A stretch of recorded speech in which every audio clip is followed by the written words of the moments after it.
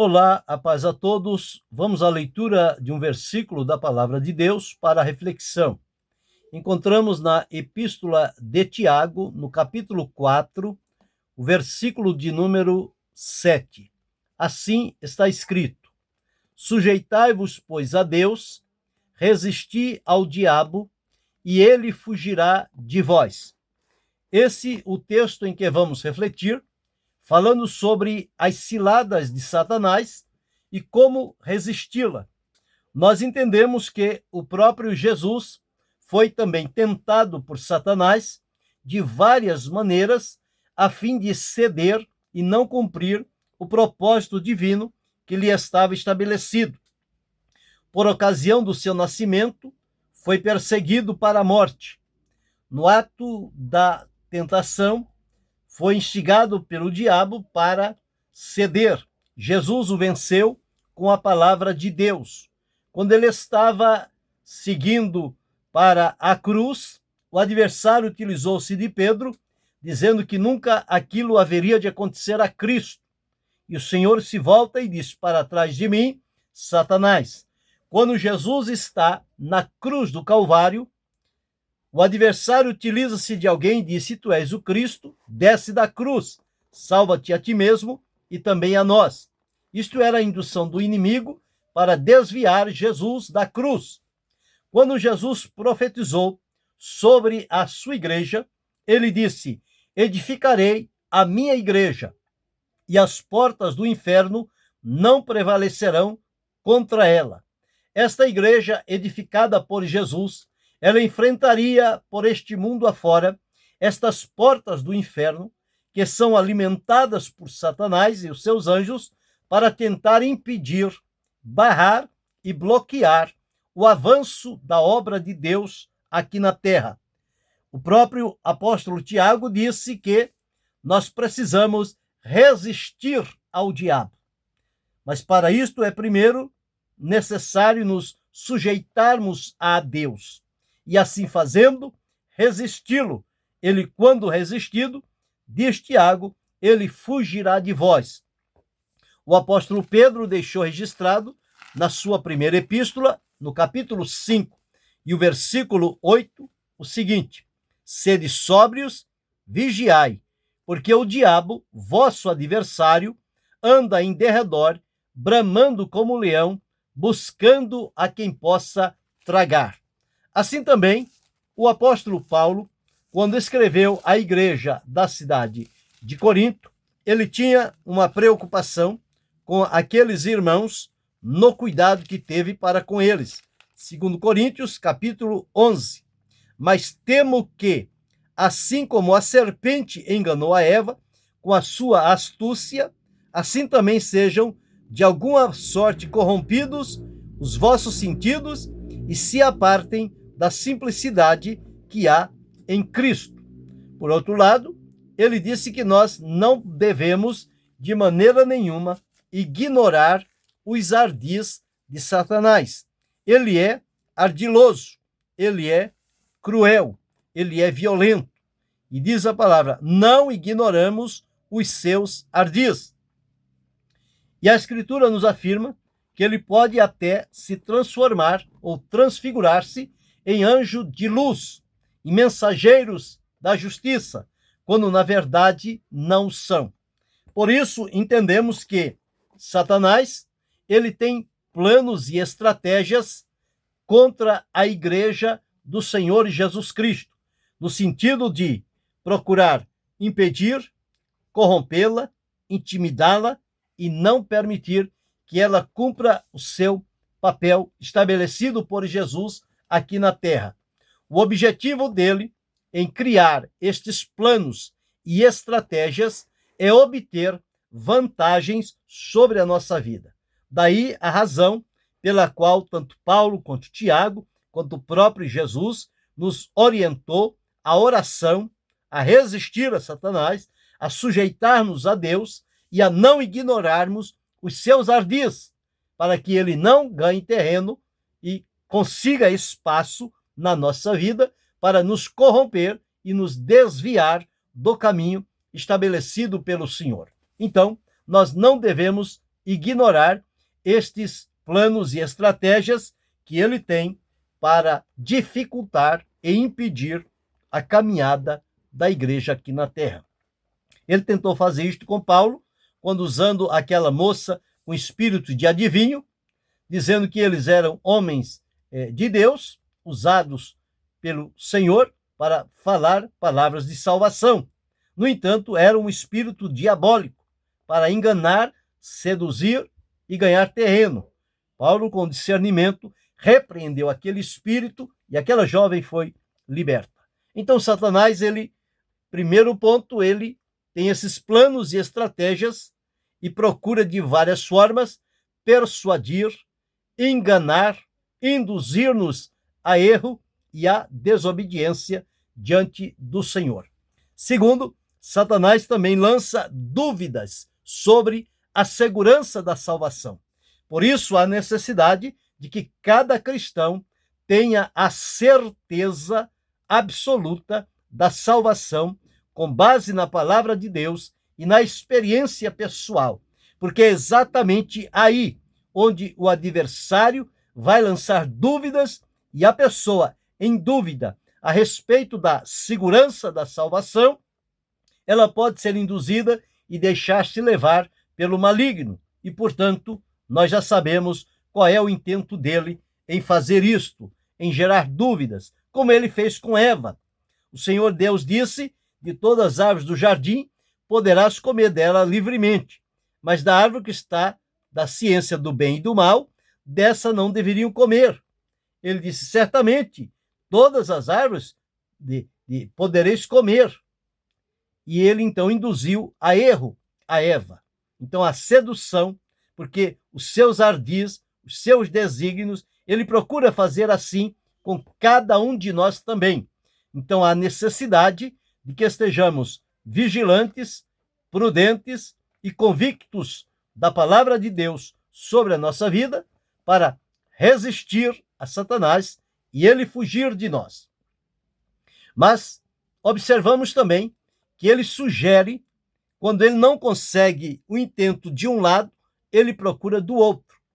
Quando ele não consegue estabelecer seus planos e estratégias de ganhar vantagem sobre nós, ele procura lançar dúvidas a respeito da segurança da salvação. Não conseguindo neste ponto, ele vai procurar fazer com que sirvamos a Deus sem se afastar do pecado, que pode servir a Deus de qualquer maneira, mesmo na prática do pecado, da violência, da corrupção, da imoralidade. Para ele é possível servir a Deus nesta condição, mas nós sabemos, à luz da palavra do Senhor, que isto não é aceitável diante de Deus. Pelo contrário, é preciso ter uma vida santa, uma vida pura, uma vida consagrada, separada do mundo, do pecado e de Satanás, para poder então servir a Deus. Ninguém pode servir a dois senhores. Há um tempo dizer que está servindo a Deus e ao mesmo tempo está servindo a Satanás. Deus não aceita mistura. Para servir a Deus é preciso romper com Satanás, com o pecado e com tudo isto que procura minar a nossa confiança em Deus. Então, afastando-se do pecado e das fontes que levam à prática do pecado. Em quarto lugar, Satanás ele apresenta argumentos racionais para, com isto, objetivar, impedir o nosso compromisso com Deus, que afirmamos diante dele e assumimos o compromisso de servir-lhe e ser-lhe fiel até a morte. O adversário procura, então, apresentar argumentos racionais para movimentar a nossa mente no sentido de impedir que nós venhamos a agir com comprometimento com o Senhor e com a sua obra. Em quinto lugar, ele procura apresentar também defeitos com relação aos irmãos com os quais estamos servindo a Deus. Ele procura estampar e deixar bem evidente os defeitos, com o único objetivo de prejudicar o nosso envolvimento na obra. Mas nós não podemos desfazer-nos da obra de Deus em função do defeito deste, daquele ou daquele outro. Como humanos, somos falhos e somos fracos. E, portanto, a palavra de Deus nos orienta a olhar para Jesus. Não devemos olhar para as pessoas, porque vamos encontrar em um tempo ou outro as suas falhas, os seus defeitos, e o adversário, ele é hábil em explorar esse tipo de situação para nos fazer desacreditar e, com isto, também nos afastar do amor para com Deus e sua obra e do comprometimento com a mesma. Nós estamos servindo a Deus na obra que ele nos confiou. Portanto, pessoas estão juntas a nós e nós estamos junto a eles. E não podemos, de maneira nenhuma, em dado momento, visto o defeito, a falha, o pecado deste ou daquele, levar-nos, então, à fraqueza, ao desânimo e ao abandono da fé. Nós precisamos entender que tudo isso são artimanhas de Satanás para ganhar terreno sobre a nossa vida e nos fazer fracassar na vida de comunhão com Deus. Ele também pode incentivar a valorizar as coisas materiais em detrimento das espirituais.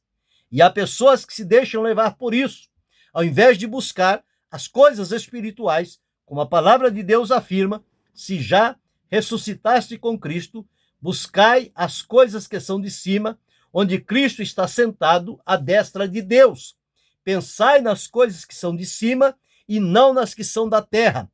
Satanás, pelo contrário, ele faz com que a visão do céu, a visão das coisas celestiais, seja desvirtuada para focalizar nas questões materiais, ou aqui da terra, e com isto, no avanço de conseguir, de conquistar, de abraçar, desvia-se do propósito estabelecido por Deus e, portanto, fica uma presa fácil.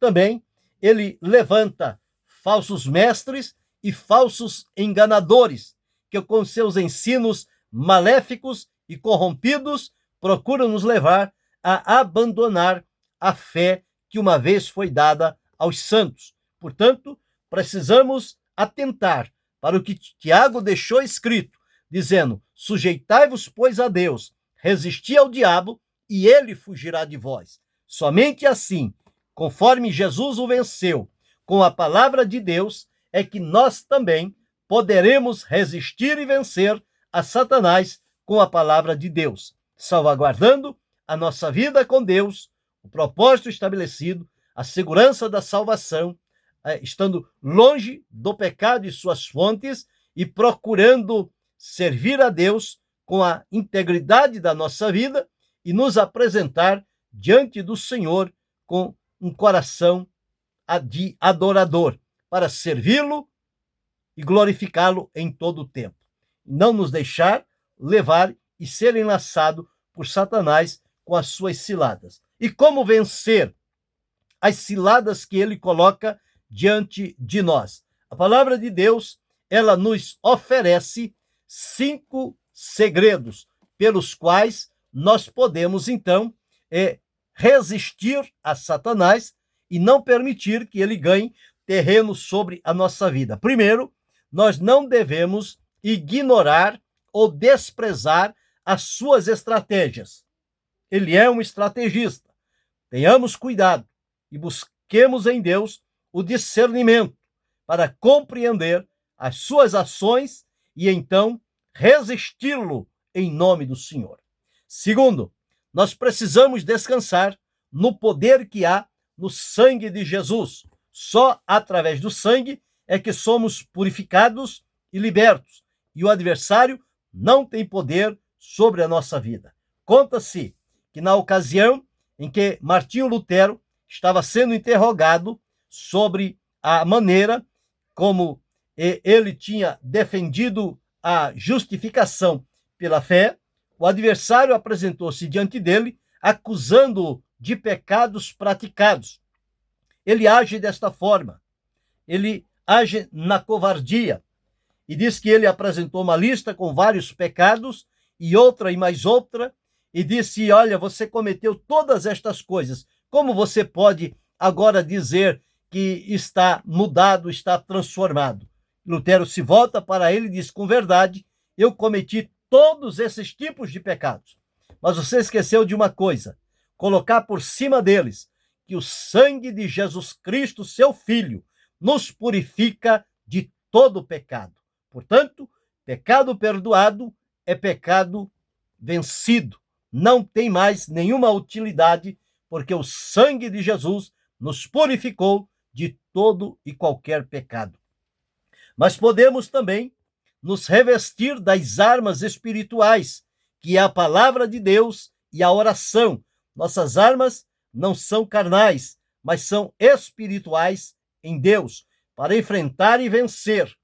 Em quarto lugar, não podemos esquecer de sempre estarmos submissos e sujeitos a Deus, porque quando nós nos sujeitamos a Deus, nós temos força suficiente para resistir a Satanás e ele fugir de nós.